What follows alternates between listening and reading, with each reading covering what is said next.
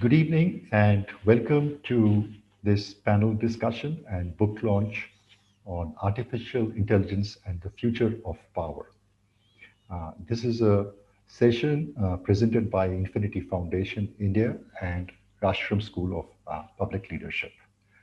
I would like to just introduce myself, the moderator for your session today. My name is Prashant Singh and I'm the Director, Center for Innovation and Governance at Rashtram School of Public Leadership, which is hosted in Rishihor University, Sonipat. I serve on the board of an economic advisory services company and a think tank, which will be publicly announced in due course of time. Earlier, I worked in the areas of technology, commercialization of technology, entrepreneurship and innovation, and I led initiatives in ecosystem design development for internet products and services, e-governance, financial and fintech services. I was a founding member of Microsoft in India, and I did my electrical engineering from IIT Kharagpur and my PGDM from IIM Bangalore. Most humans are fundamentally unaware of the nature of changes that are taking place. Leadership across the political, economic, and social domains are fundamentally unprepared. And in this context, actually, I would like to welcome Rajiv Malatra, who's written a seminal book and a series of path-breaking books that he has written in the past. And today's theme of artificial intelligence and the future of power is essentially a part of the continuum of his earlier books. Rajiv Malatra was trained initially as a physicist, computer scientist specializing in AI in the 70s. And after a successful corporate career in the United States, he became an entrepreneur and founded and ran several IT companies in 20 countries. Since the early 90s, as the founder of his nonprofit Infinity Foundation Princeton, Rajiv has been researching civilizations and their engagement with technology from a historical, social sciences, and a mind sciences perspective. He's authored several best-selling books. I'd like to welcome Rajiv. And before we kind of get in, here is a snapshot of the book. And I've gone through this book. It is written in very simple and uncomplicated language. and it's very thought-provoking. So welcome, Rajiv, and Thank you. good to see you. Thank you very much for having me. So, Rajiv, two questions as we kind of start the proceedings for this panel. The first question is, what motivated you to write this book? And for the benefit of our readers, we'd also like to understand what is the essence of this book. Thank you. Thank you very much. It's a good question. The biggest technological disruptor in history, even more than the Industrial Revolution, which changed the course of history, is this artificial intelligence that we are in the midst of. It's not something futurist. It's already started, and lots of things are happening because of AI, which the book explains. So its impact is in every domain where the mind is important, because it amplifies the mind, it disrupts the mind, it augments the mind, it enhances the mind. And so its impact is felt everywhere that you can imagine. But the impact is unequal. Not everybody is affected the same way. And so delicate equilibriums and balances get disrupted, because when you have multiple forces held in balance, somebody is impacted in a positive way, somebody is impacted more positively than the other one, somebody is impacted negatively. So since the impact is unequal on individuals, on regions of a country, on industries, across nations, and so on, there is going to be a disruption. So this is why I wrote the book, because 5 years ago, my interest in and involvement in AI is very old, but I put it aside. 5 years ago, I started realizing that the intellectual elite are not fully aware of the ramifications of AI to the extent they should be. I found that economists were obsolete. In fact, I wanted this book to be launched by Niti Aayog, but they said this is kind of, they were not interested. I know some people in the planning commission, in the Niti Aayog. I know some government advisors in economics. I know people in the popular space on social media who are well-known economists. And I did talk to them privately, and I must say I was disappointed. Now, of course, they'll all come and say, oh, yeah, we were thinking about it too. But at that time, they weren't. And I found that the industrialists and technologists have a view of the AI's social impact, which is largely informed by Western corporate people, multinationals, Pricewaterhouse, Ernst & Young, McKinsey, World Economic Forum. And that view is very top-down. It's a view of the maybe 10% of India's employees or less are working for the Sensex economy, the large corporate sector. The 90% are self-employed, work in small, medium size, and they were not consulted in these reports. It was not these are not bottom-up reports talking to village panchayats or districts and so on. These reports have been written on AI that everybody is accepting as the gospel truth in India, and it disturbed me. I also found that social scientists ought to really be thinking about AI as sort of disrupting social sciences, not just disrupting society, but disrupting the whole science of society, disrupting the models of social science, disrupting how data is gathered. The old-fashioned way of gathering data is obsolete, because now you have real-time big data being gathered real-time. And so I talked to many social scientists in Delhi University and various places, trying to get them on board. And I'm talking about things I've done privately, off the record, for 5 years now almost. And I found they were not interested. And I found that spiritualists who ought to, I have a whole chapter 5 on the spiritual dimension, the nature of the self, and what the thing about algorithm. Are we algorithm or are we being? Are we biological machine or are we spirit? So these kind of complex issues have not been adequately addressed by spiritualists. I also realized that most computer scientists have a muddled idea on intelligence versus consciousness. A very prominent computer scientist, dear friend of mine, he's a great guy, but I want to remain friends. But his view in the public has been that computer intelligence cannot replace humans because they're not conscious. Well, I got news for you. Being conscious is irrelevant to intelligence. Being conscious is irrelevant to intelligence. There is unconscious intelligence. So if I'm a driver of a car and my job is replaced by a driverless car, it doesn't matter that this driverless car is unconscious. It doesn't matter that I'm a conscious driver and it's an unconscious machine. The point is, if it can do the job and replace my job, my life is disrupted. If uh, scans of X-rays and MRIs can be computer analyzed much faster, much more accurately, it doesn't matter that the machine is unconscious. If facial recognition is better with machines than with human beings, and in a stadium with 50,000 people, they can pick one. They can say, okay, that is Prashant, we have his picture, or that is Rajiv. And the machine can pick it up faster, quicker, in different lighting conditions, in all sorts of circumstances.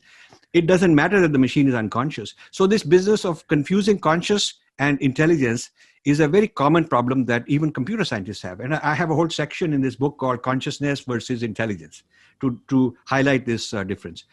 And then I found that I was disappointed that the public is moronized. Public, I call it the moronization of the masses, meaning that as machines are getting smarter, people are getting dumber.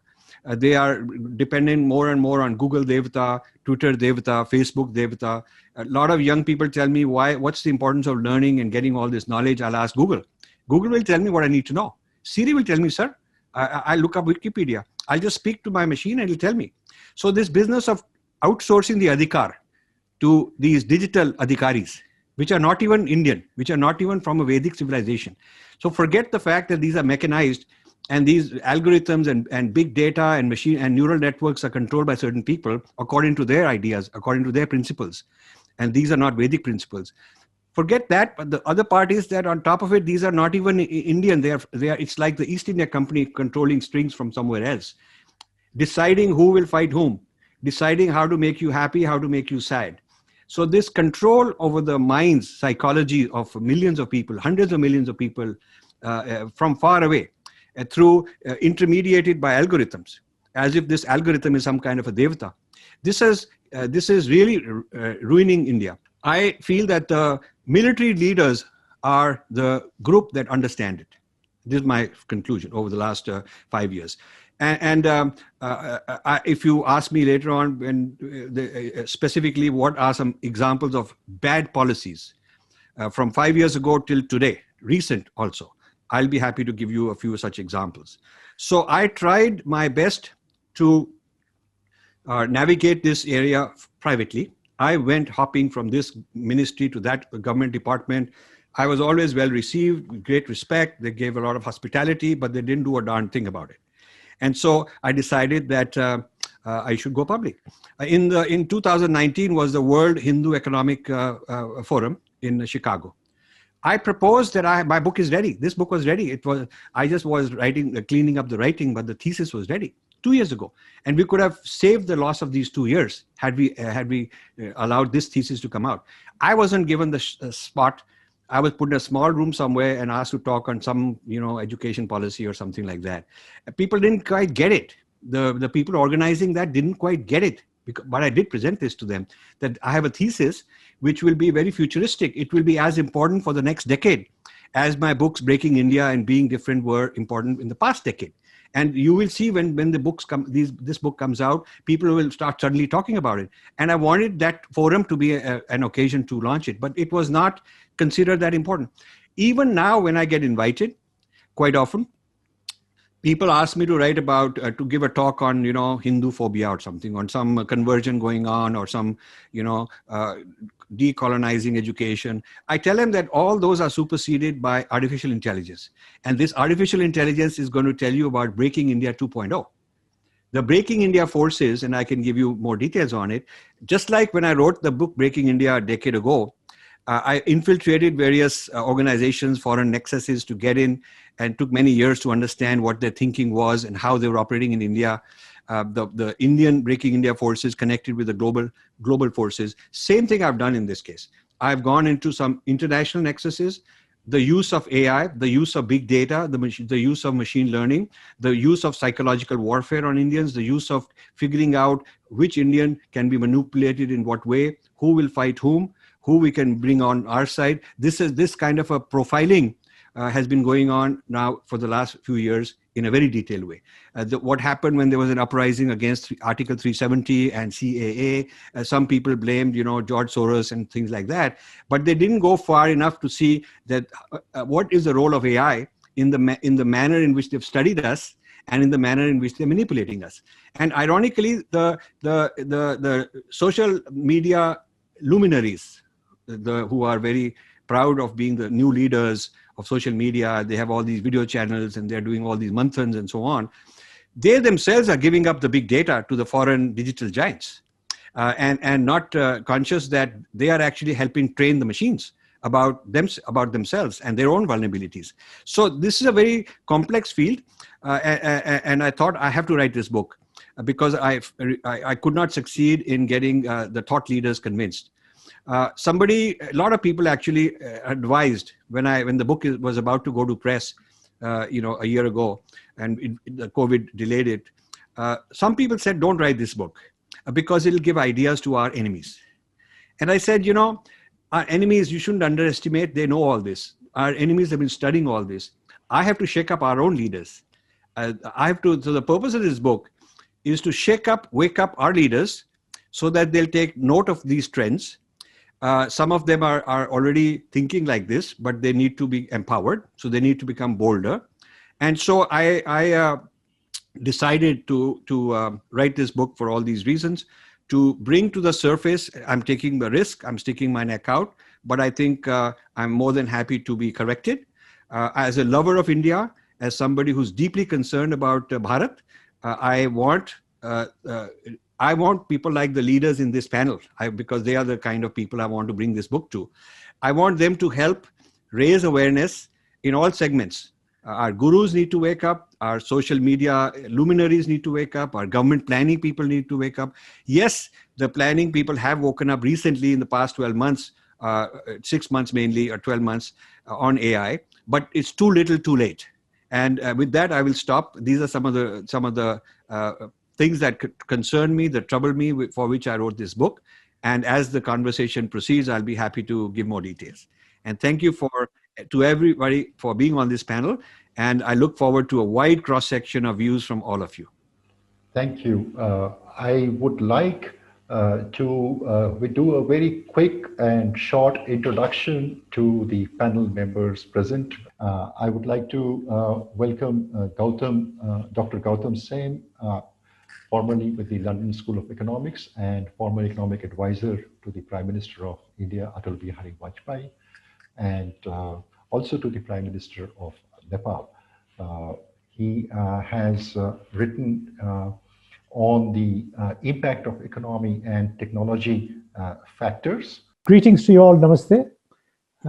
Let me first congratulate Rajiv for his chronic habit of poking us all in the eye periodically. He did that with Breaking India, did that with the Battle for Sanskrit, and now yet again he's given us a poke in the eye.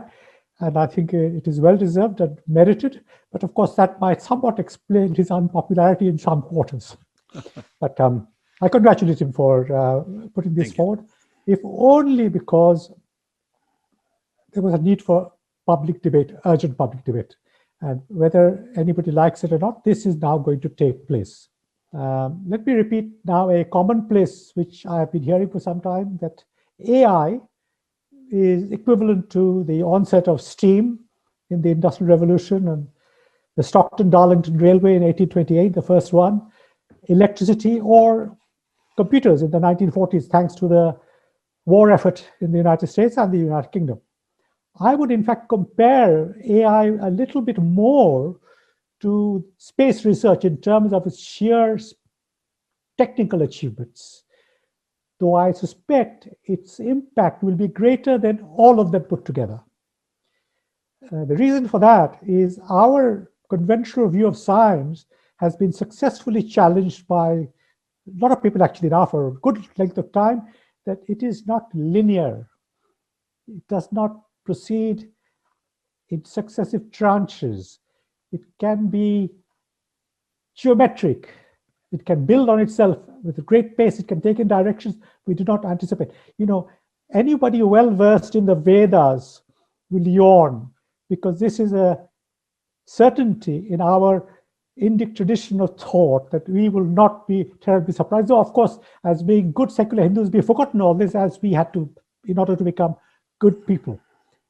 Now, what is it that AI is going to do? I would like to say, whenever we talk about AI, I think about one other aspect, which is implicit rather than explicit in discussion. I think about quantum computing. Quantum computing and AI together is revolutionary in a way which is quite extraordinary. To just give you a random example, if you had a maze and you asked the computer to find your way through the maze, the computer would go through every possibility one by one. And a good computer would do it over time. But such a task, AI in combination with quantum computing, by applying the principle of uncertainty, will leap into it in hours what would have taken thousands of years in conventional computing. Thousands of years. So really, we are in a new ball game altogether. We really need to understand the sheer magnitude of what is coming. And I'm afraid I don't understand it as well as many other people, except I sense this is something spectacular. This is going to launch us into a kind of virtual universe in the way we have launched ourselves into the real universe beyond our own planet. This is a big deal, and I think Rajiv has made that very clear repeatedly in his book. Let me come down to earth now with a very mundane view of the economics. And here I will try to sketch a very basic model, not as a certain absolute outcome, but what the conventional tools tell us about the impact of AI.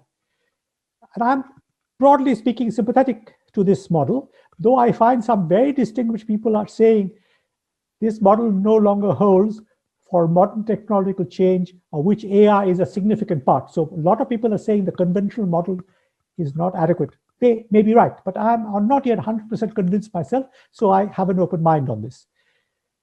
All technological change, as we know from the history of Luddites, was opposed. People broke up machines because it took away jobs. And in principle, AI is not different. It is very similar. But I think the scale and the decimation of what it will accomplish is phenomenal. All repetitive jobs which occur at a large scale will be the subject of intervention for AI. Repetitive jobs. So now if you have children, do not tell them to go into the law.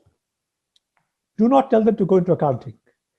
And I fear a big chunk of medicine is going to go the same way, because AI will simply, by absorbing information on an unimaginable scale, simply replace human error, and whatever errors it makes will be far fewer. The capacity will simply eliminate. Already we have some of evidence of this happening. People love to talk about cars. This is fantastic. Artificial intelligence combined with cars, the Chinese are leading in simply because they've collected so much data by diktat, by doing face recognition and other types of surveillance. They have got more data than anybody else. And this data's power is that it multiplies the impact. It's wonderful. Our cities will be transformed. A good 40% of people won't buy cars. The cars will come to your home and take you from A to B. There'll be no parking problems. We'll have green, we'll have pavements, we won't have people crowding places. But as Rajiv has pointed out and others too, a lot of unemployed drivers from Bihar, Orissa, and elsewhere, Eastern UP. But in economics, when you have technological change, consider my very simple model. Say there are 10 people in the economy, and we have full employment, all 10 are working. Among these 10 people, each of them are producing goods and services which they're exchanging with each other. That's kind of our basic model. Of course, it's not quite like that, because at least 2 of these will be unemployed. Say AI then makes many jobs obsolete and only 6 people are working, and the other 4 are unemployed. That's a big deal, 40% unemployed. But look what happens. Say 6% of the people are getting 100% of the national income as a result. But they have to spend the income. They can't sit on it. And when they spend the income, they buy services and maybe goods the other 4 will be obliged to spend. So the economic model says, even though the number of jobs diminish, the people who are thereby enriched by doing the few jobs available will still have to spend the additional money and income they earn, which will then be the factor which employs other people. Now, this is a simple model. It's broadly been true over time, but I think as the, in fact, current governor of the Bank of England, Andrew Bailey, pointed out in a fascinating article which I think people should read, but I don't completely agree with, but all my clever friends agree with. He says this time is different. There will genuinely be a problem with jobs. That may well be so. The problem which arises in such a situation is that we know in any standard economic model, the rich have a higher propensity to save. So these 6 people with all the jobs will not be spending all their money. Their savings ratio may well be 50, 60%, whereas for a poor person, if they're very poor, the savings ratio is 0 to 5, 10. So these savings are withdrawn from demand. And demand is what, as we're discovering with the current economic crisis, is the source of jobs that we make demands. So what happens if these 6 people earning all the money are not spending it, they're deserving it? And that will definitely happen. This creates a huge issue. Now we can say, okay, we'll introduce by decree a maximum working week of 25 hours. This will be good, but that doesn't always work because there are many jobs where different people cannot step in and out. The same people need to have overtime because there are certain skills, certain continuity. So it is not so simple. Yes, it is possible because the working week has fallen over generations. So that may be one part, but only one part of the solution. The real solution is this, an obvious one, which I'm afraid is not possible. The obvious solution is the 6 people should be heavily taxed and the government to engage in massive public spending, which will create jobs. And the kind of jobs we all want. We want people to say, you can now educate yourselves and get a degree at 85. You can now fund all the local theaters in your area. You can have every kind of cuisine because this will be partly funded by the extra taxes. And this is entirely feasible technically, that the governments will tax and they will fund a huge spread of the wonderful thing we want. Everybody will go out and do an hour of gardening to beautify the city. Our creativity is the one thing which is infinite like AI, and we will find ways of doing things and spending that money. The only problem is an insurmountable one. This can only work with a global taxation compact, because taxation is a competitive process and those who can gather more taxes will not agree to cooperate with others, which is the problem we're having with the United States and social media, Apple computers or Facebook, that they are not wanting a global system where the end user country can also tax. So this is a big problem. Always a political problem is what does us in the way we are fighting over territory in a way which is totally counterproductive. This is a very, very big problem. I think we will do it in India. And we have shown that we can do it. Despite everything we can be upset about in India in the last 6 years, if you tot up what this government has achieved, it is phenomenal. What we have achieved in the last 6 years is unparalleled. I can criticize everything that this government has done, but I still say what we have done has not happened in 500, 600 years, in 6 years. Many of these things are not new ideas. These are all things which have been put into motion.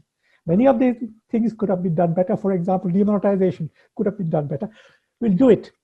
But the problem we have, which I hope Rajiv's book will help to resolve, we always come to the table late. We should be at the table now, maybe in 2 years' time. But I fear the way we are, look at the way we are behaving around Delhi. We love to fight about non-issues which hold us back. We should be on the table now. And I fear Rajiv's anxiety that we will come to it. I hope this will not happen. I have a lot of confidence in what I'm seeing and what we have achieved despite our huge constitutional democratic hindrances, which we are obliged to comply with. But I would like to finish on this optimistic note and thank Rajiv for starting this debate. And I hope he'll poke us in our eye one more time to wake us up on another issue. So thank you and namaste. Thank you, Gautamji. That was very well put in. And a couple of questions that you have actually raised in your talk. And one is the whole economic model in terms of if there's going to be large scale unemployment, do we kind of look at the socialist model of taxing the people who are earning more of the national income? That's number one. And number two, as the gaps between the haves and have-nots kind of increases, do we kind of get into a situation of social instability within geographies, and do Does this kind of lead into an era of increased geopolitical flux and conflict?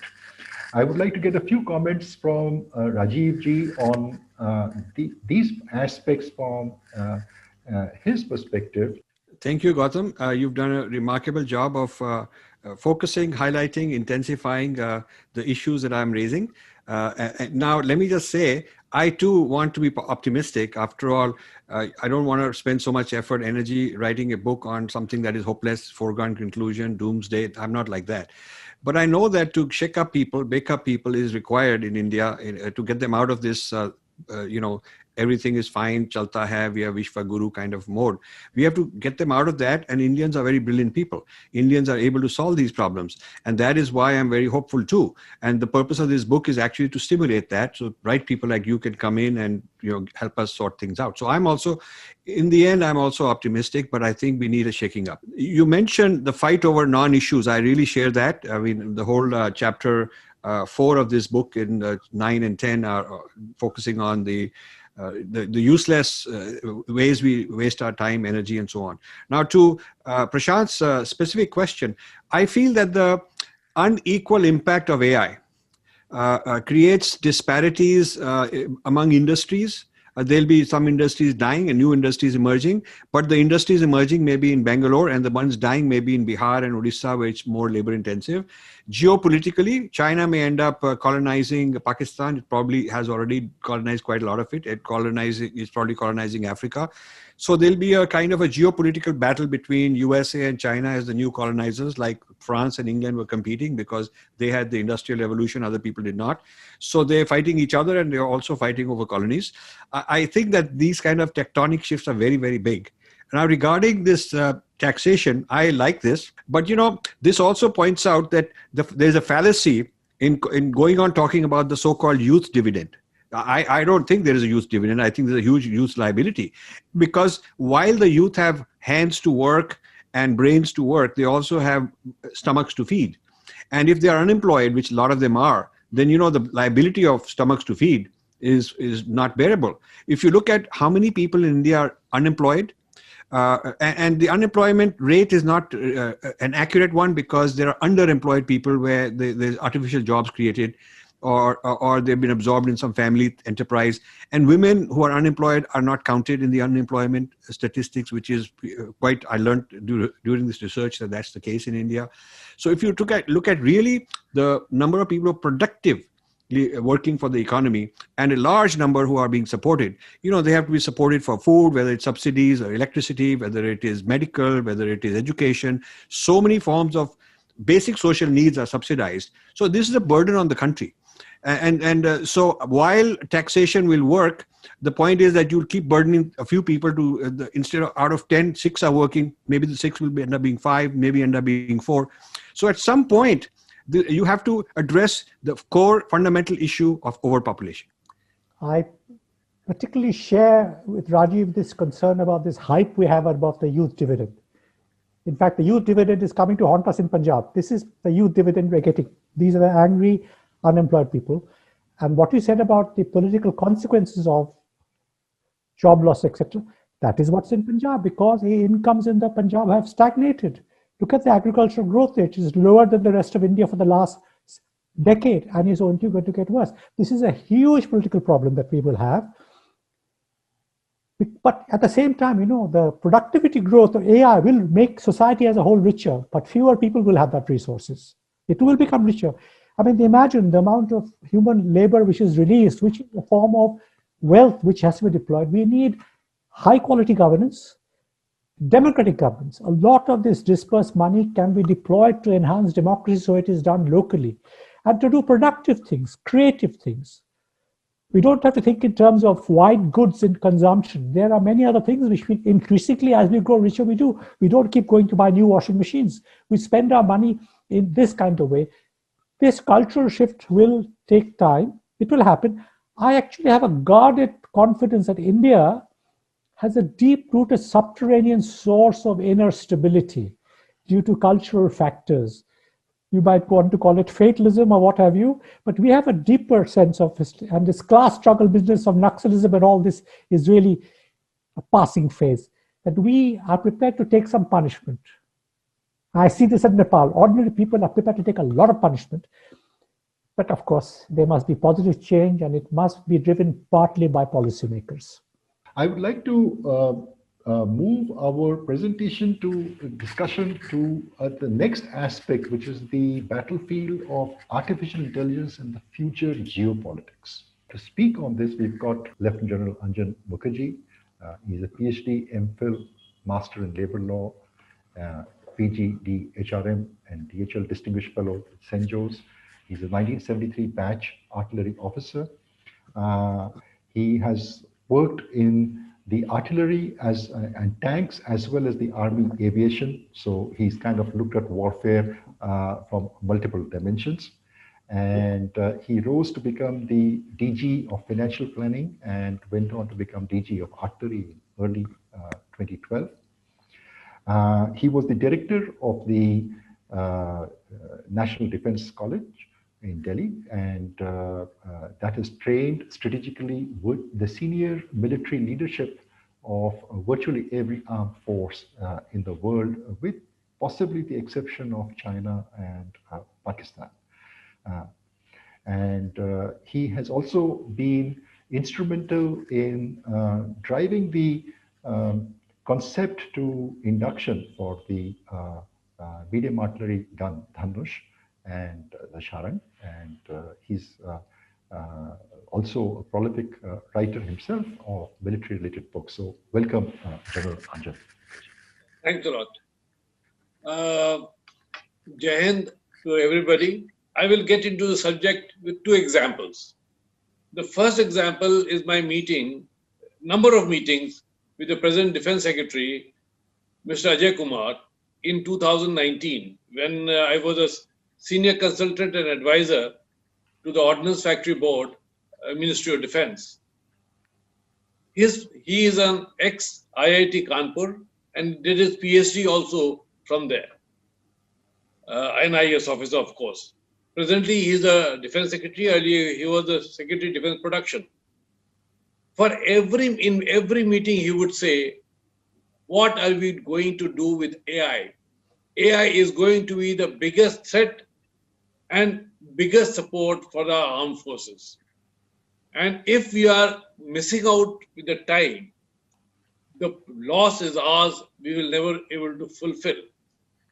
And such kind of things can come only from intellectuals who are coming from IITs and things like that. A general IAS officer has never spoken to me in these terms. I had IAS officers as my student. Even Bipin Rawat, the CDS, has been my student in the National Defense College.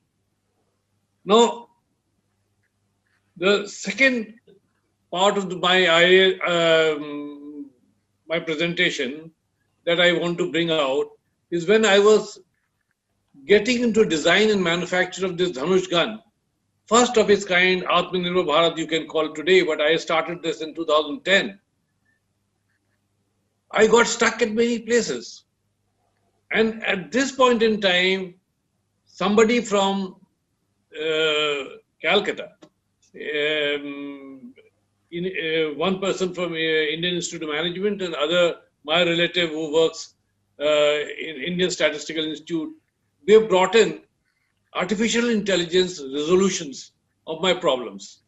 Mathematical modeling, supported with the actual modeling, and finally, what problems we're facing, getting a solution. So, I want to bring out is that artificial intelligence already come in the armed forces, in the manufacturing, and now we are trying to bring in artificial intelligence in our tactical, strategic, and operational planning. So much so for the military issues. But when we are talking about the artificial intelligence at geopolitical level, my biggest concern is where are we landing up to? My one point, and one of the discussions where I'm been advising some organizations has been that military think tank. So they said, psychological warfare, how do we use artificial intelligence? And we did a small study ourselves. And all of us lieutenant generals who have been exposed to these kind of things. One person was head of the military intelligence also. And we realized so much we can do with the artificial intelligence in subterranean methods in psychological warfare. And we could cut cost, expand our reach, and be able to infiltrate the mind and heart of the people whom we want to. So Chinese in geopolitical base, they have done much better than this. Look at what they have done in Uyghur, what they have done in Hong Kong, and anywhere else where they work. Even this, they are using this artificial intelligence all the way up in USA and Europe. If Europe has come and shaken hands recently in the business, some kind of negotiations, a lot of work would have been done by artificial intelligence, which we don't know. So from the geopolitical level, I feel that this is a subject which requires a tremendous amount of study, analysis, application, and our ability to take the best out of it. But at the same time, geopolitically, it will bring in a different world to live in. We all accept that. Rajiv ji will support me. It may ultimately land up to becoming a machine living, being influenced in our mind, in our soul, to work in a manner what our leaders want us to do. This is happening in China. And I met one or two Chinese very senior officers in Fort William, Calcutta in one of the meetings way back in 2013 when I was in the service. They were talking about using artificial intelligence in their defense planning. They don't talk more than that. They all speak English, but they will never say that they know English. So, from my point of view, and my argument is, the artificial intelligence has got tremendous use for us in the armed forces, management of the geopolitics among the committee of the nations. But if the public trust on their own governance goes away due to the influence by artificial intelligence, where do we land up? This is something we need to understand, be able to penetrate and find a method that we need to collaborate to come to an answer. And we cannot leave artificial intelligence in the books anymore. We need to apply the artificial intelligence to our advantage and advantage of others, but others are also working the same manner that we're talking.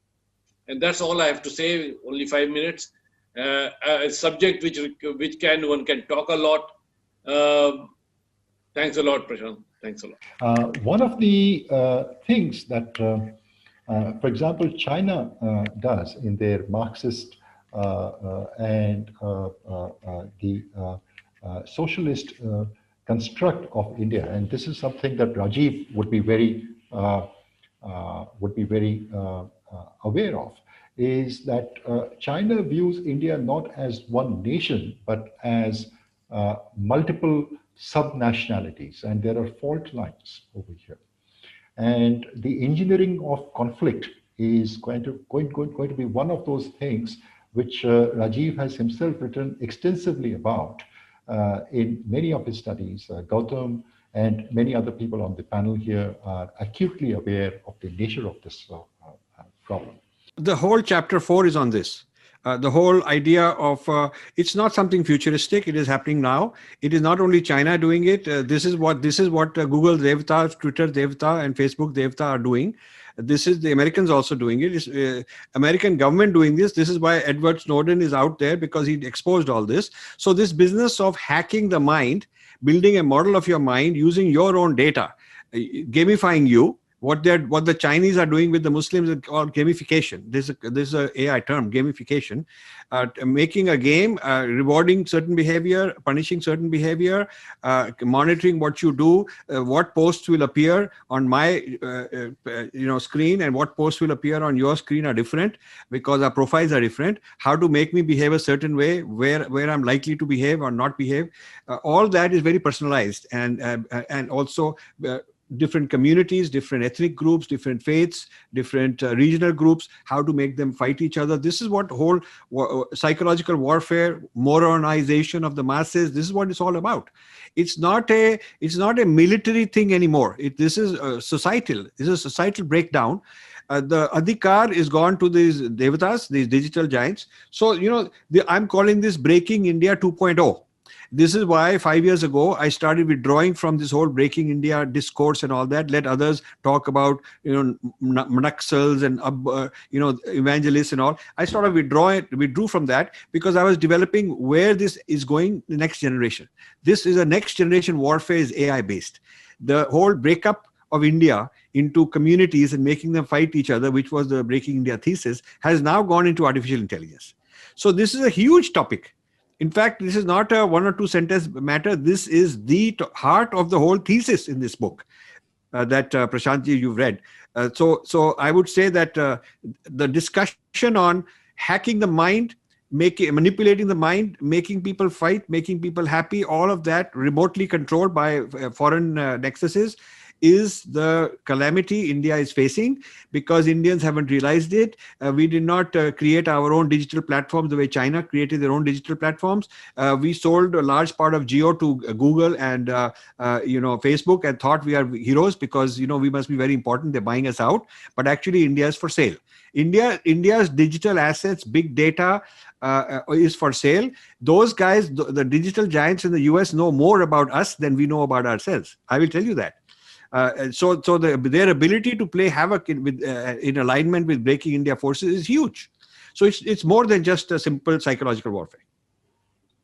I will take on my take about the artificial intelligence is managing the heart and mind of people across the world. Now, this is a very big statement I'm making. But if you bring down to scientists at one side, the teachers at the other side, and the military men somewhere, if the mind and the heart works in a similar direction, then the nation gets benefited. If the system is brought in a manner that at least 50% or 30% people, their thinking gets divergent, the heart gets affected, the nation becomes weak. And I leave it to that. I cannot stress enough the importance of what Rajiv has just said in a few sentences. This to me is the future. But this is not new. We are just applying modern technology to an old phenomenon. If you look at the expansion of the church in the 4th century Rome, it was ideology. But the key thing that I would like to add to this, we overestimate education, vastly overrated. The key is socialization, and AI allows you, as Rajiv has just said, to socialize on a grand scale. It is already a reality, but the scale and intensity is in a different sphere. And I will give you one final example. I have many friends who are professors of the top Ivy League universities, Cornell, Columbia, Chicago, some of whom have been writing in favor of the farmers' dispute. They are good friends of mine. I've known since I was a child. When I hear them speak, I hear the New York Times, the Washington Post, Google search. So what Rajiv has said in chapter 4 is actually the heart of the matter, the seizure of the human mind by third parties, and it is now so easy. Not only is Gautam absolutely right, but going back to the first question, Prashant, you asked me why I wrote the book. This is why I wrote the book. I mean, there's a lot of stuff written in this, but I wrote the book because I see our own, the Hindu activists, Hindutva activists, giving big data to these very digital giants that are colonizing us. So the Why are they giving us free services? I mean, I asked this to all these fellows who are got great YouTube channels, these Hindu activists. They come out of nowhere in the last 5-10 years, using this Breaking India thesis to get ahead, get more likes and more subscribers, and they're very popular people. And the point is that they haven't gone deep enough to understand that they are being gamified. They are being gamified. So now these giants, the digital giants, as I call them, using machine learning, neural networks, artificial intelligence, know how to gamify one person. I don't want to name them. Person A to fight B, B to fight C. How A will get more tweets, B will get shadow banned. All this is algorithmically driven. I'm myself a student of this. My own this particular episode, I will guarantee you, we will get a notice from YouTube that it violates community standards. Who the heck are they to tell us community standards? I did a panel on the AI in the military with Air Vice Marshal Bahadur and General Pannu. And we got a notice from these guys saying that you're violating our standards. Why? How are Indians talking to Indians about India? Somebody sitting elsewhere is deciding whether it violates some standards or not. This is horrible. And this is now being done in the name of social justice. The whole movement called social justice is a certain ideology, which is the idea of justice in the social justice is not the same thing as Vedic idea of dharma and justice. Our idea of justice is different. Their idea of justice is different. They put their idea of justice into the machine learning algorithms to decide which post is a violation, which post is good. Okay, so the bias in machine learning is huge, and the blacks are talking about it, the LGBTQ people are talking about it, the feminists are talking about it. It's high time Hindus talked about it. And in this book, I started writing all this stuff long before this Twitter ban, and long before people started realizing, oh my God, these people are becoming too powerful. This is now, Indians are now reacting to something I've been talking about privately to a whole lot of people in the government for a long time, that you have to watch these people. They should be accountable in India, in an Indian court. An Indian should be able to go and say, you have no right to ban me and prefer that guy and slander me, because if you are doing it, if you are controlling the content according to your standards, then you should be liable as per media liability. Now, in the United States, there's something called Article 230, which gives protection to the digital community from liability on content. Because the assumption was that they're very fragile, they're young, it's a new industry. 30 years ago, these things were like that. But today, they are not fragile, they're not young, they are giants, they are the richest people in the world. There is no reason to protect them from liability on content. So in the United States, you cannot take Facebook to task on content violation, because they'll say that we are just a free and all that kind of stuff. So this is being debated in the US. In India, they just started the debates. And this is the most important reason I wrote the book, this particular point. Yes, in the US, they have silenced a precedent. So yes. It's gone way beyond anyone's wildest imagination. We are very fortunate to have Dr. Prithvis Mukherjee with us. Prithvis, hello, and good to see you again after a long time. Prithvis was a senior contemporary of mine from IIT Kharagpur. He's an engineering graduate from the 1984 batch there. And he did his master's and PhD in management sciences from UT at Dallas. And he's worked on the corporate side of in India on IT, software, and the management consulting side at Tata Steel, Tata IBM, PricewaterhouseCoopers, where he was the partner, and in IBM, where he was the head of the delivery center in Kolkata. Prithvis was also a full-time tenured professor at the School of Management in IIT Kharagpur, the Vinod Gupta School, and he's listed among the top 10 prominent analytic academicians by the Analytics India magazine. One of the things about Prithvis is that he's written in a genre of science fiction on AI, and not just with the human civilization, but also its interactions with a larger cosmic citizenry.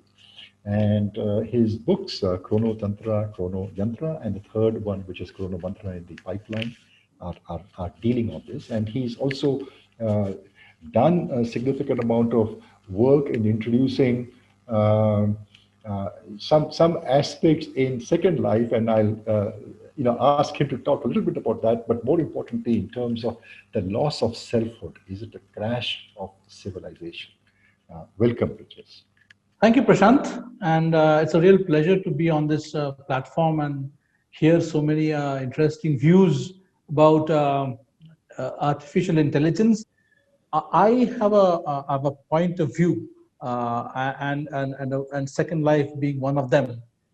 It goes like this. There are two things that we would like to keep in mind. While a lot of people think that computers and AI is all about algorithms, the real thing is it is not so. The magic lies not in the algorithm, but in the data. Okay, the same algorithm, the backpropagation and stochastic gradient descent, will be worthless unless you have the data.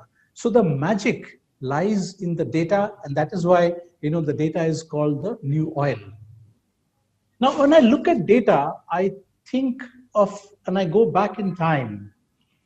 Data is one level. Then you have information. Then you have wisdom, and then you have insight. So there's a hierarchical, aggregation of data as it moves upwards. And if you go really upwards, I think of a concept which is perhaps a very Indic concept, the concept of Shiv being pure knowledge, the consciousness.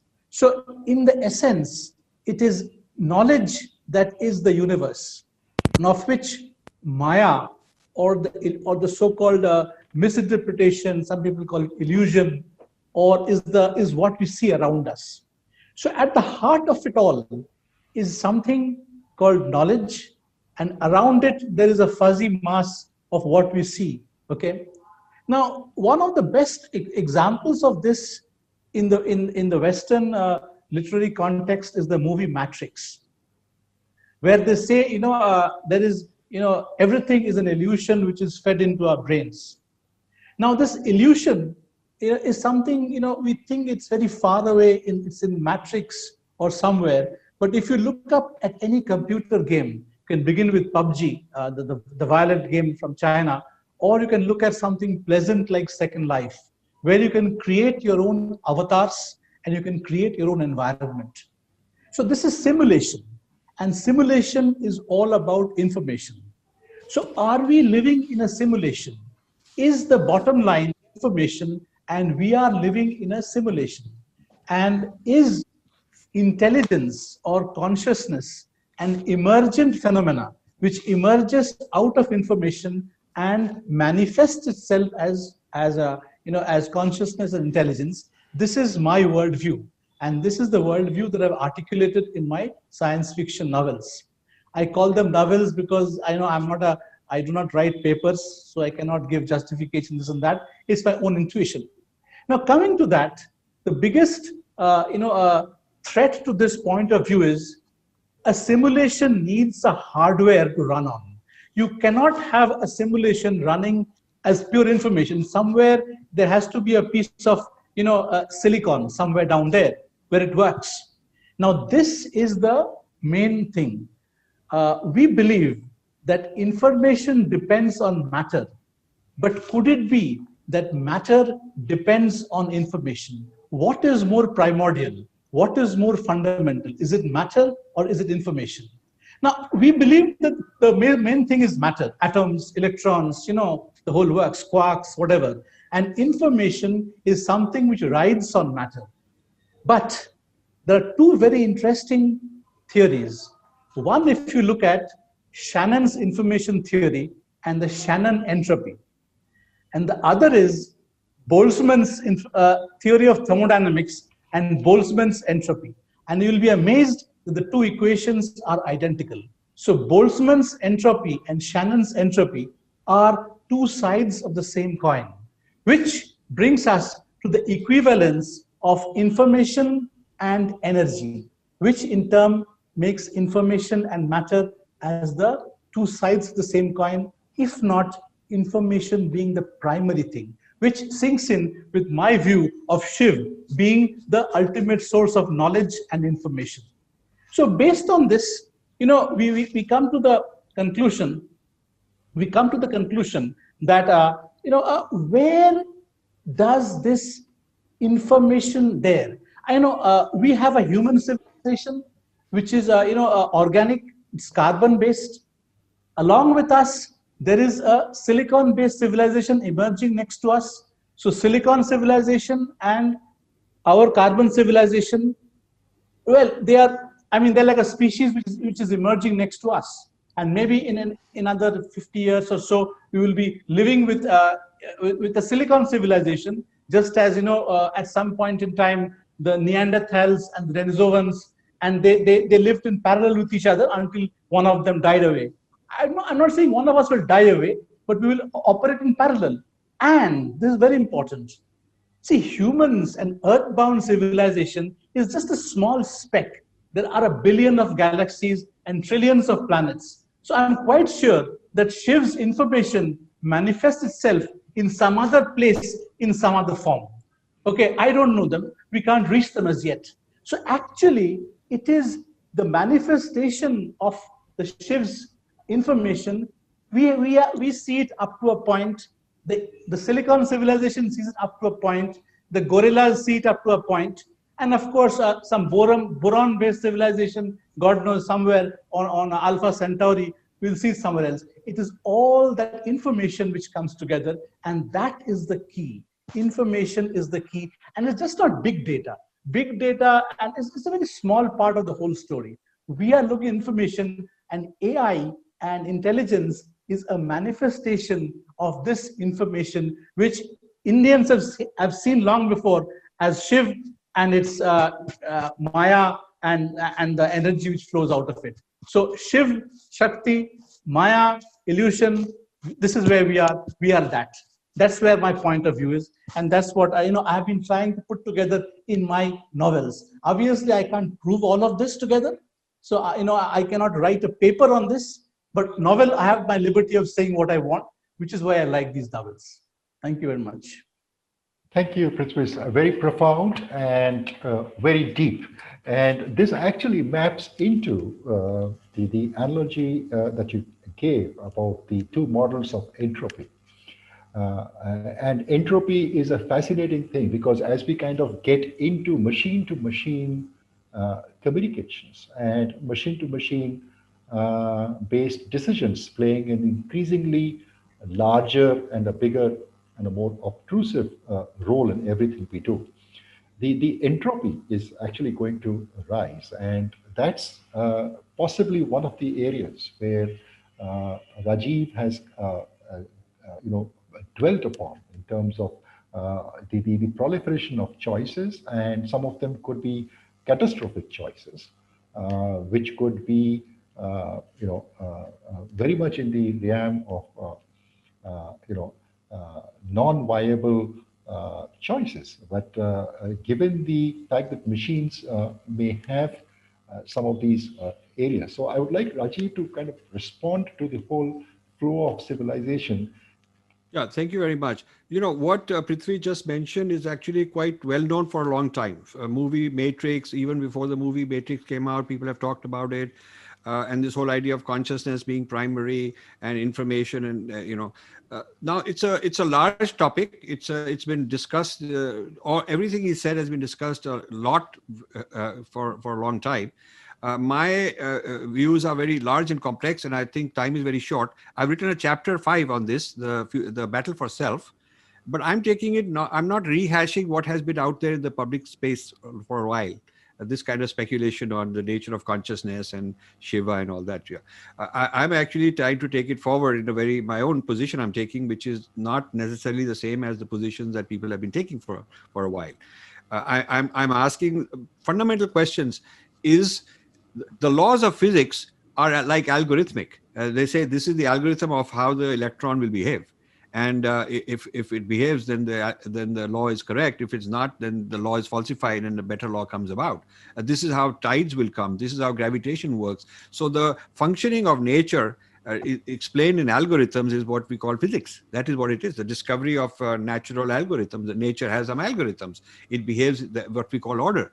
And that is why physics is even possible, because things repeat themselves and you can have empirical proof by repeating an experiment. So there is certainly a algorithmic part of the cosmos. The cosmos has a lot of algorithms, but cosmos is also being. So my book, the whole part 1 is called Algorithm versus Being. It's called Algorithm versus Being because I'm raising this issue and going very deep into it. That ultimately, are we algorithms? Are we beings? Is the algorithm controlling the being? Is the being creating algorithms? And what is the relationship between the two? And as the cosmos, so the microcosm. So in us also as individuals is the same issue of consciousness versus algorithmic, repetitious, physics-driven, physics-based, mechanical behavior. So the issues are very profound. The issues are very complex. To me, the conversation should go further into the future, deeper than these ideas that have been there for a very long time. I mean, the ideas that he expressed exist, and we've hashed them for the last 25 years in a lot of forums. I would like to take the conversation beyond all that. We actually move into the next part of our presentation, which kind of gets into the flow over here. And I'm very, pleased to introduce the youngest panel of our panelist of our, discussion today with us. And it's an honor for me to introduce Dr. Prathosh from IIT Delhi.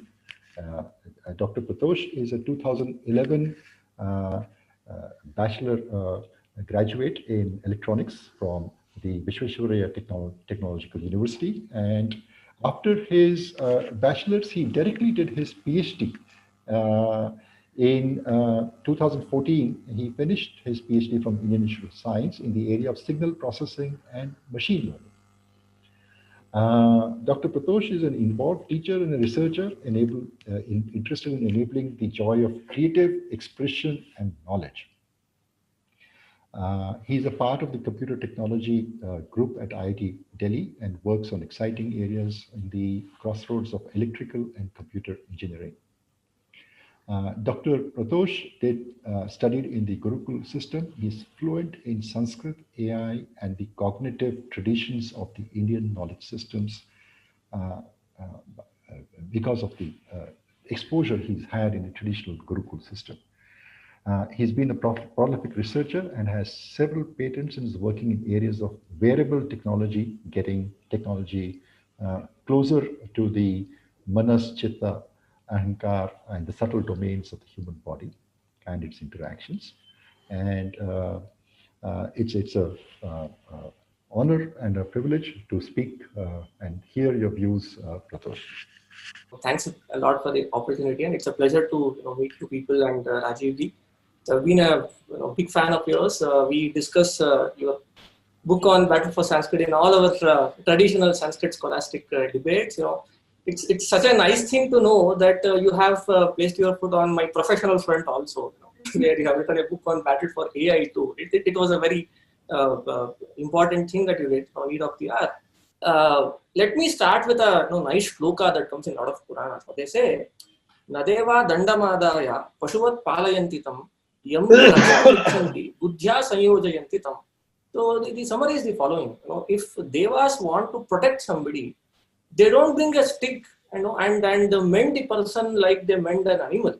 So all they do is tweak the intelligence. Yam tu rakshitum ichanti buddhya sanyojayanti tam. So all they have to do is tweak your intelligence, right? So as Rajiv has very nicely mentioned, all this AI is trying to do. I mean, see again, the question that I was posed for this panel discussion was: is AI making people morons? Outsourcing intelligence, is AI making people morons? Well, that's a very loaded question for which I don't give a binary answer, but I'll state some facts that I've observed as a faculty in IIT. So my view is the following: as long as AI does not place its foot in the realm of humans' viveka, I again like Rajiv Ji's Sanskrit non-translatable series, where there are lots of words in Sanskrit that cannot be easily translated to English, and Viveka is one such word. See, now what is Viveka? In Sanskrit it is said that Yukta Chinta is Viveka. So the ability to judge what is right and what is wrong, that is what is called as Viveka. If you start using your AI, to recommend what somebody is eating, what somebody should eat, what somebody should listen to, what somebody should watch, and so on, all you are trying to do is to bring your, influence the very viveka of a human being. Again, it was so nice to hear Professor Mukherjee talking about unification of intelligence, but I differ academically slightly there, because there is a fundamental difference between what is called as a jada and a chetana in Indian traditional knowledge systems. So what is a chetana? By chetana, they call something or somebody who has the jnana, ichha and prayatna as chetana. Okay. So now AI, again, if you take the famous definition of Tom Mitchell, who defined what machine learning was, he said machine learning is development of algorithms that improve through experiences. The question is, even though you can bring in some kind of jnana, even that is a debatable thing. But I say in my class that, okay, some kind of jnana can be brought in using AI. But these two other dimensions of the chetana, which are the ichha and prayatna, at least I believe that those two are the things that cannot be brought into the so-called AI. The lieutenant was just mentioning a while ago that AI finds a lot of application in defense and so on. And I do have to work on a lot of problems with defense. However, those are the kinds of applications where somebody has to think of AI. And one other thing that I keep telling people is that, see, AI is not new, in the sense that if you are a practitioner of AI and who has read previous textbooks and so on, you know that it is just the rebranding of same technology that was there. But what has changed, as Professor Mukherjee was mentioning, was the availability of so much of data that you can use to influence the very vivek of human beings. And there is a very nice saying by this Subhashitakara, Bhartruhari, where he says, all you have to do is tweak or change the vivek of a person to make him doom. He says, viveka bhrashtanam bhavati vinipataha shatamukhaha. So now, if you make a person devoid of his very viveka, then the kind of problems that he can get into is hundreds. There are 100 avenues to, even in Bhagavad Gita it says, Vyavasayatmika buddhihi ekeha kurunantana bahushakha anantascha buddhihi avyavasayinam. So if you want to get into wrong path, there are hundreds of ways to do it. So now, yeah, so basically my point is that if you ask me a binary question, whether AI is making people morons, it's very difficult to give a binary answer. However, I have observed this over my tenure in IIT Delhi, that the kind of general intelligence that students, IITians used to have 10 years before, or maybe even 5 years before, is not the case anymore. Now my courses on AI is extremely oversubscribed. So what has happened is, if there are say 1,000 students in a university like IIT, everybody wants to take an AI course. The question is why? My other colleagues who are actually teaching other branches of engineering and science do not get students. All of these people, they want to get an AI on their transcript. What is the reason? It is creating such a bad skew in the society that nobody is there to do other branches of engineering, but everybody is looking at AI because it's such a big fad. Rajiv just nicely used the term that the devatas of digital world. Those are the people who have created this kind of fad in the society. Now, what is more interesting is that all these students who come to my courses, all they want is an AI mark in their transcript, but they do not want to know the fundamentals of AI. In the sense that whenever I try to teach the rigorous mathematics behind AI, they shy away. They say that don't teach this. We don't need this. All we need is to take XYZ algorithm and put it to ABC applications, and we are done with it. Why are you even teaching how does an AI algorithm is doing what it is doing? Because when companies employ these graduates, by and large, they want these people to just use the algorithm and make their thing get done, but not asking why is this algorithm doing what it is doing. So when you can already see, is AI making people morons. I don't give a binary answer again, but at least I have seen my students that the kind of questions that people were asking, the kind of rigor that IITians used to bring onto the table is largely missing. So yeah, so that's what it is. So just to conclude, as long as your AI is not putting its hand in the very Viveka space of human intelligence, it's fine. You put it into defense applications, healthcare applications, and all other critical applications. Now, as we are talking, we are actually using AI to under this Zoom's platform. I know that how Zoom uses AI, so there is a lot of use for AI. But for AI, we couldn't even have this conversation. Different people sitting at different places of the world. However, it's like, to conclude, I would say that use it like a knife. Just because you have a knife, you don't have to stab everywhere in your body, right?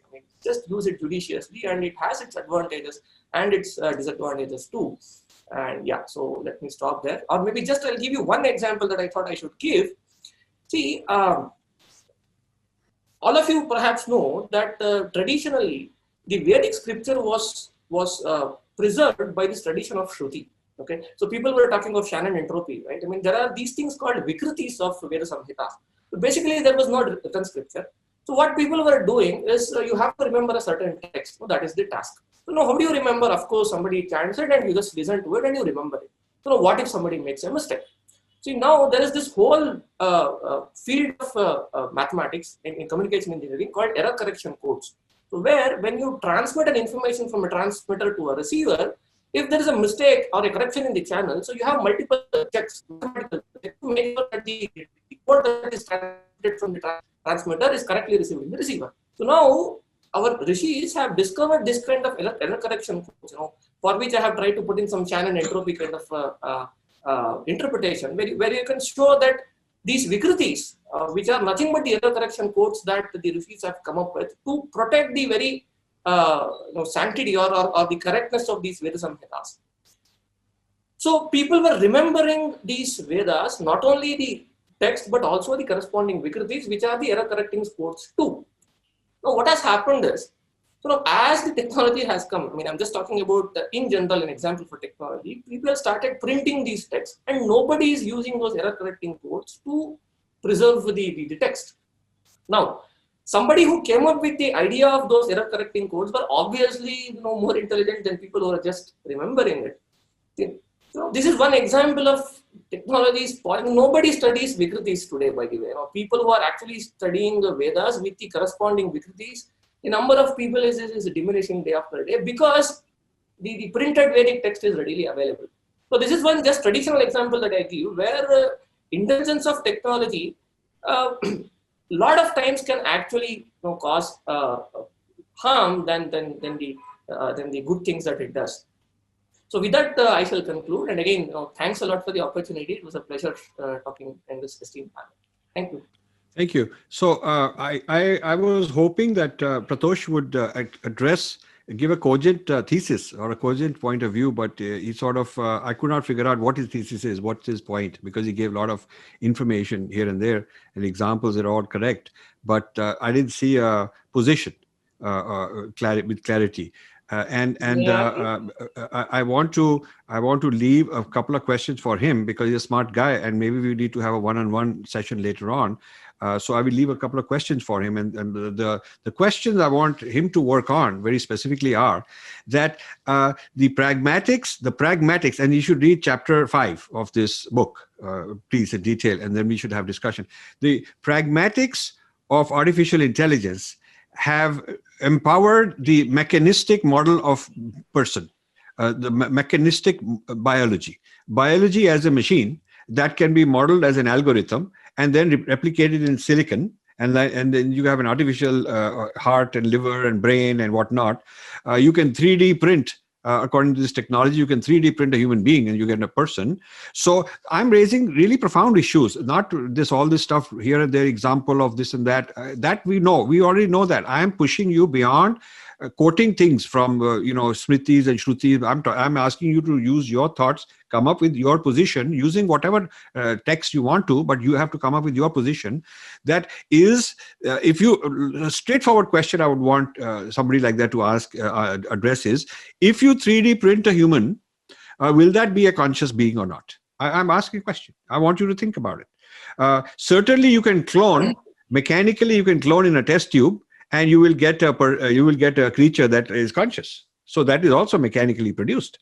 It's so if you build up bottom up one elementary particle at a time and build up to a whole cell, and so on and up, you make a whole creature in the laboratory. It seems like you are able to create a conscious being. So I want to provoke that where the edges are. Where is the edge of knowledge? I want to provoke that the pragmatics, the victory of AI. See, here is here is a dilemma and the crisis in Rajiv. My crisis is, all my life I have practiced consciousness, spirituality, and meditate, and consciousness is primary, and all of those things you guys are saying about. I've believed in it, practiced it, and millions of people believe in all that. But here comes AI, which has not used any viveka, not used any consciousness, but purely an algorithmic modeling of systems and intelligence taking over the world, making the majority of human beings surplus. So where is their viveka? Is it that we are dumb and we don't use viveka, and present society has such a tiny amount of viveka being used that the machine can replace it? The fact that the machine can replace people without the machine having viveka is actually a disgrace for the level of human beings we have. It means that the present level of human beings are so lousy that a machine without viveka is able to get rid of them and outsmart them. So the crisis of moronization has to be looked upon in a very profound. It's a very profound crisis. It's a very profound crisis. How is it possible that a mechanistic model of biology and the mechanistic model of living things is able to become so powerful? And let's not worry about whether it's at the level of the Rishi and all. We're not talking about that. We're talking about 99% of human beings. We're talking about 99% of human beings and 99% of what constitutes the work and the activities of human beings. If AI is able to disrupt that, and in many cases outsmart it or certainly augment it, then what does it tell you about the state of humanity? This is a very serious crisis that I'm having. The computer scientist in me says, look, we won. In 1970, when I was a graduate student, we were just writing chess programs, simple things.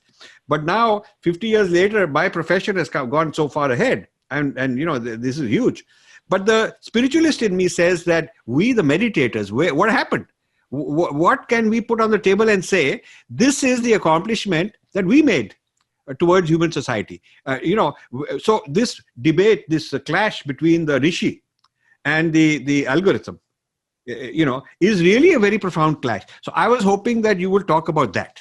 So we need to have more conversation. I know that Prashant ji will say that we run out of time, and maybe we need to have. We need to have thematic specific. I think taking on 5 themes with so many experts on different themes is kind of overambitious. This very theme of who are we, algorithm or being, is a very important question worth discussing for 2 hours at least. Yes, I think we should follow up on this into a more detailed brief. I agree with Rajiv. This requires a deeper exploration, and I think defining the AI stack from the dharma perspective. Yes. The fusion of the manas, of the tan and the yantra, which is AI. And its ability to kind of work. Pratosh, you want to say something very quickly? Just a minute. The question that Rajiv was asking, isn't it the question of defining what a Chetana is? The very question that Turing asked. No, let it be what. Let the question be. Let me be a very kind of cynic towards my own tradition, because it's good to be cynical towards yourself. Be a little humble. So I'm from the Vedic tradition. Now I put myself as an AI guy, cynical towards Vedic tradition. I'm saying, what will the Vedic tradition add value if we as an AI industry are able to keep replicating more and more of human beings Okay, you can keep defining what is Chetna, all of that, but in pragmatic terms, a very large, if you took a pyramid of human beings from the rishi at the top to the completely lousy person at the bottom, and maybe the AI is starting at the bottom and replacing human beings with mechanized alternatives and going gradually to the top. Maybe it will never touch the rishi level, but we don't have too many rishis right now. Yeah. So in terms of the pragmatics of 8 billion human beings on the planet, if 99% of them are below the level of AI's past potential, it's a matter of funding and scaling and investment, but AI will take over a large part of those people's capabilities. And maybe we'll need social policies and political policies, like Gautam said, to taxation to keep these guys alive, to keep the majority of human beings alive. But in terms of technological feasibility, if you say AI has beaten most of humanity, then whatever we may think of Chetna, what does this say about Vedic tradition? And Vedic tradition in terms of not its ability, its status in the age of the rishis, but today. What does it say about today's humanity vis-a-vis Vedic tradition? Is it obsolete for today? This is the kind of provocation I'm giving in this book. And this is why so many gurus I approached said, I don't want to come and talk. They did not want to come out and talk about it. And it is a very serious guru issue, spiritual issue. Yes, it is a serious question. It is a serious issue. But I think that what Prashant has done is brilliantly bring out the range of issues so huge. In a couple hours, you can't solve them. Each of the battlegrounds took me years to churn and figure out and crystallize the questions also. Each of those battlegrounds is a topic in itself, is my sense. And let's hear from Gautam, please. Actually, this part of the discussion was obscure for me because of lack of expertise.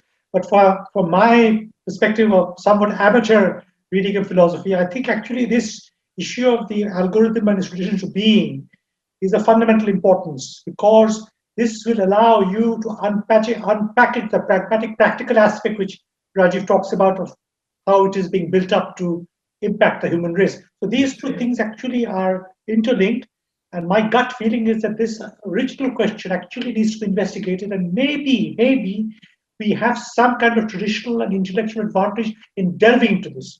I can't understand exactly how these two will be related, but I think they are.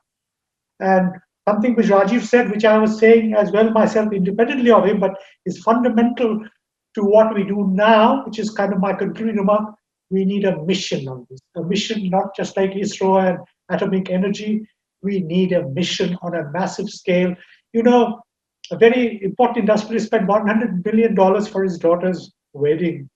I think we, could make do with 10,000 crores, which is 10 times more than this. The dispute in the Shimbu border has cost us 50,000 crores. Hey, Bhagwan, this much we can deploy for pure research. And as Rajiv says, and I agree with him very much on this, we actually have the intellectual and brain power in India. Yes. That's to organize and deploy. I want just final comment. AI will give us this one thing, which we have all kind of touched on and agree, I think, massive boost in productivity. We will be richer. But how do we deal with the consequence of the wealth, and how do we deploy it is a political decision. Right. To add to this, I think we kind of move on to the last topic. It kind of sets up very nicely in terms of how do we stress test the Indian Rashtra. I would like Rajiv here to kind of share with us what are the kind of frameworks and endowments, so to speak, in the Indian and the Dharma Hindu knowledge system, which could be the cornerstones to help stress test the Indian Rashtra against such a universal assault that's going to take place. Thank you, Prashant. So I'll do it in two parts. First, I will give you my very quick version of the stress test I did in this book.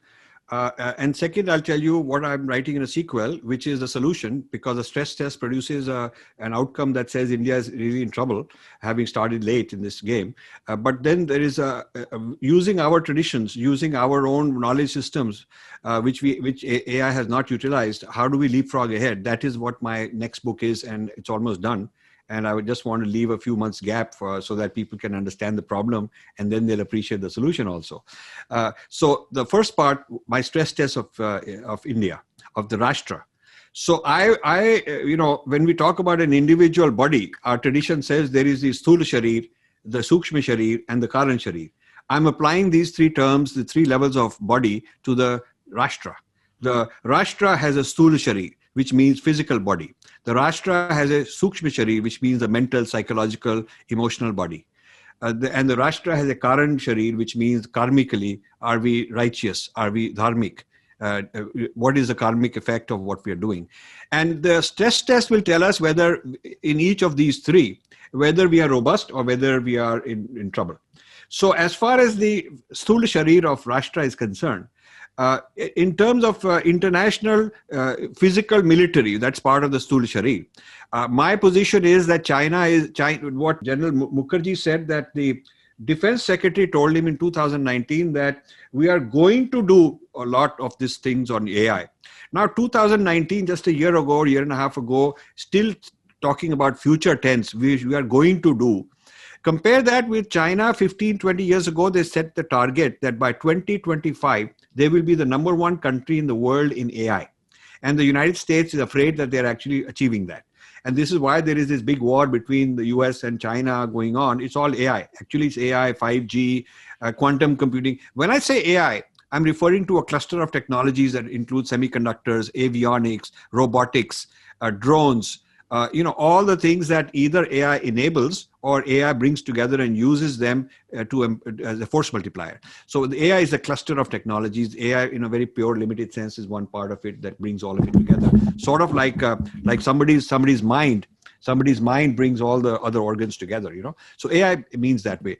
And when you look at the state of India in terms of China, the China-Pakistan combination, what they could do to India, it is not a very good state for India. And then you look at the domestic economy, the level of education, the standard of education we have is not good enough. The industry, the planning commission, these Niti Aayog people, they're quite confused even now, and very late and more reactive to China. And we're still building our AI policy. If you look at what is NASSCOM, which is the computer science body, and Niti Aayog also, you look at what is their AI strategy. It is to basically develop manpower for export and sell brains. Rent Indian brains to Microsoft and Google and consider that to be victory because they'll send repatriations. It is not about building intellectual property and patents and our own knowledge. It's just selling our brains so that other people can build knowledge and they own the knowledge. Then they license it back to us in the Rafael jet and all kind of things. So I feel that at the Sthula Sharir, India has got problems. Sukshma Sharir, that is where psychological warfare comes in. That is where Breaking India 2 comes in. That is where our people are confused. Our people are too beholden to the digital devatas, which are not controlled by India. And our people are chasing the wrong benchmarks of getting retweets, who got more views and who's popular. And that the American algorithms, the American AI algorithms of these digital giants are controlling, your matrimonial prospects, your job prospects, your political prospects, how popular you are, what your friends and family think of you in terms of how well you are doing in social media. And guess what? All of this is controlled by algorithms, which are controlled by people outside India.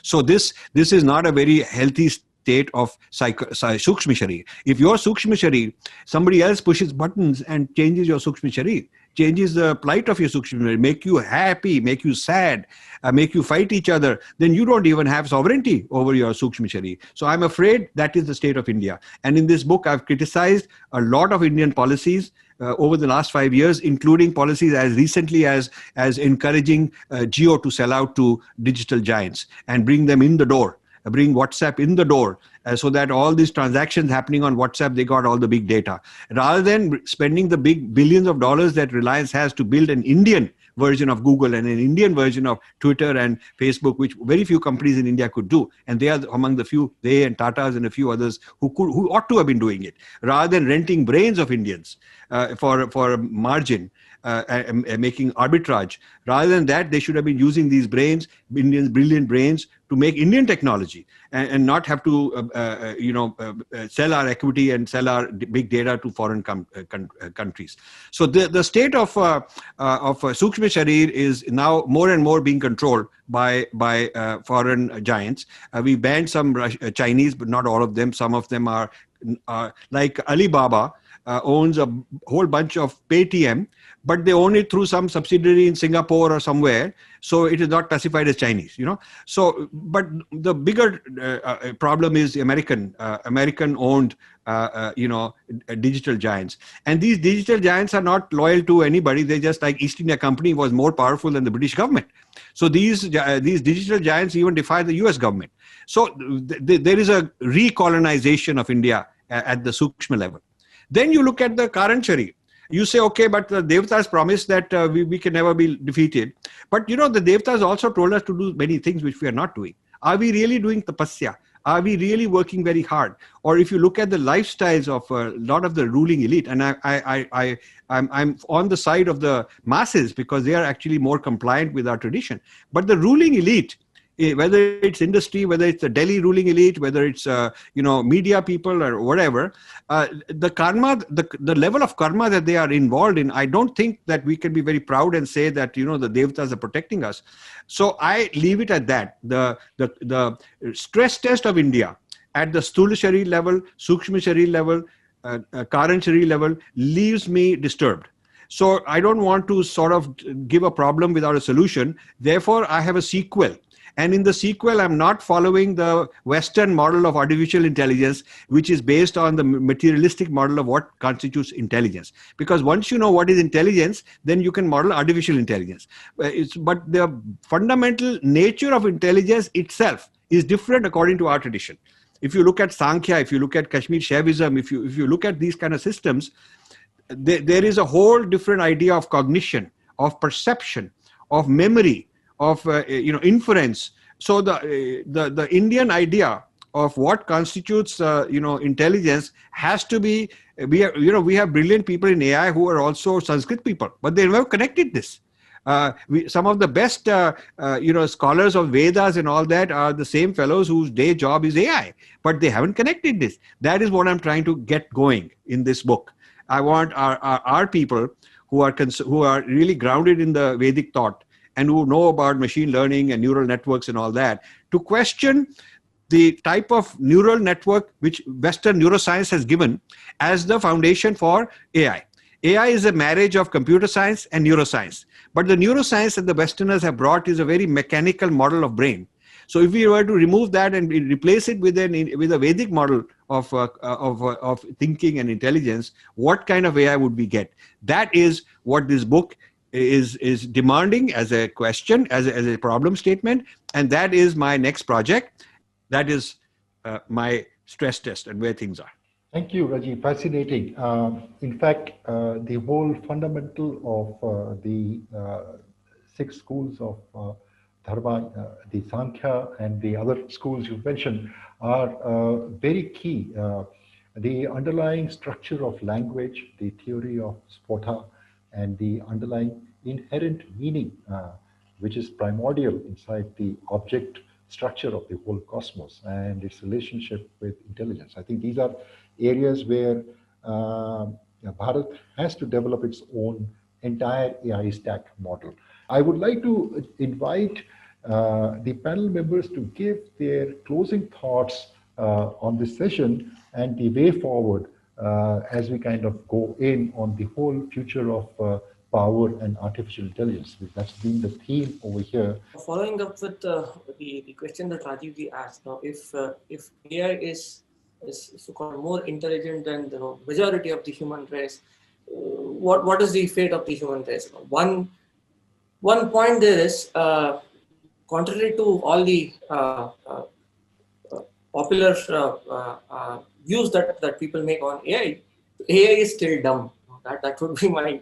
AI is pretty far from what human intelligence is, what human beings do. AI is still dumb. My closing remarks would be that That of course, yeah. So one has to, instead of just looking at AI as one engineering tool, so one has to go to the fundamental questions of what constitutes and defines human intelligence, and why and how is so-called artificial intelligence is different than human intelligence, if it's in fact different, right? Somebody has to definitely marriage the traditional definitions of consciousness, viveka, and intelligence, and the Western definition that people have given, and that's the way forward. My take is that AI should bring peace, AI should bring more job, AI must bring more happiness. This is the greatest challenge to the mankind, which is being faced today. And we are talking of AI to generate money, and we are talking of AI to make them fight and to do good governance or bad governance. That these are all factual issues. But overall, the scientists and those who are practitioners of AI should be able to concentrate on these issues, which are so fundamental for our living and our future generations. Yes, I very much second the sentiments of General Mukherjee. And AI, with its immense potential, has the capacity to release us from very large elements of drudgery in our work and other forms of daily life. It can indeed do that. There are many repetitive tasks we do, even though we are good at it. These are not pleasant tasks. It has enormous potential. But of course, we must recognize that human beings what they are, and it will be used for malicious purposes against each other. And we must be defensively prepared. Well, I just want to thank the panelists. I think they are brilliant people. They are all open-minded. They take challenges, and they're thinking even on their feet right now during the discussion. And Prashant has brought this group together. And kudos to Rashtram organization that is led by brilliant people. And I hope that a lot of the young minds in Rashtram are watching and listening. I just want to say this, that I'm starting this as a movement. I'm not. I don't want a position. I don't want any accolades. I just want somebody. I want Indians to wake up and shake up, and I want to create a mobilization where a lot of young people join and a lot of thought leaders join, and then things move forward. So those of you in Rashtram or anywhere else who are watching, who want to help, go to www.aiandpower.com. and register yourself. Give us your email ID. We want to thank you. We want to send you, we want to include you in Zoom conferences. I'm going to have regular Zoom conferences where we can take these, this 2-hour discussion was too quick, because there's so much to discuss. And I want to invite some of the leaders here and others who are watching to, more detailed conferences, more detailed events on Zoom. We can have every couple of weeks or every month. It doesn't matter. Because this entire year, this is all I will do.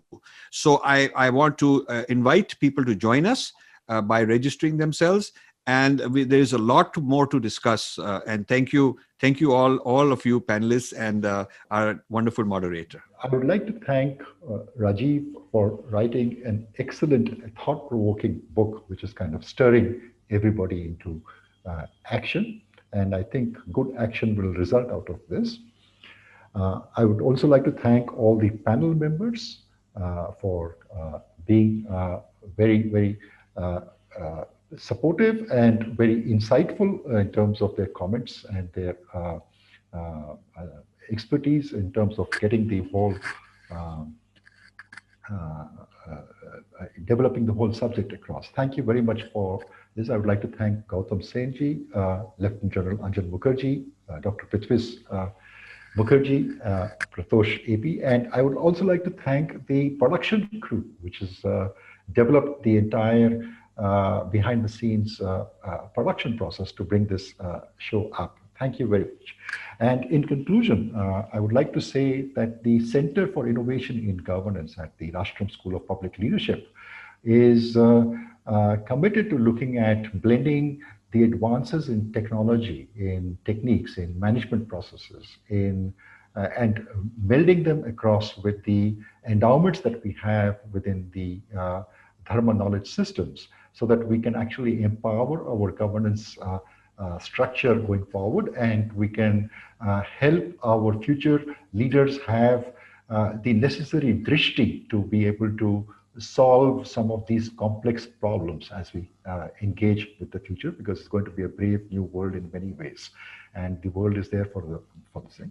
The other thing that is there is that the whole AI challenge is to give the story of Ram when he went for the Swayamvar with Sita. It was a test of capacity and capability of lifting the Shiv Dhanush. So AI is in a way a Shiv Dhanush, which only the capable will be able to manage and ride sustainably in the future.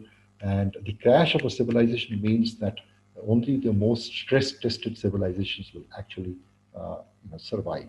And I think we have the necessary endowments, and we must invest in these going forward. So thank you very much.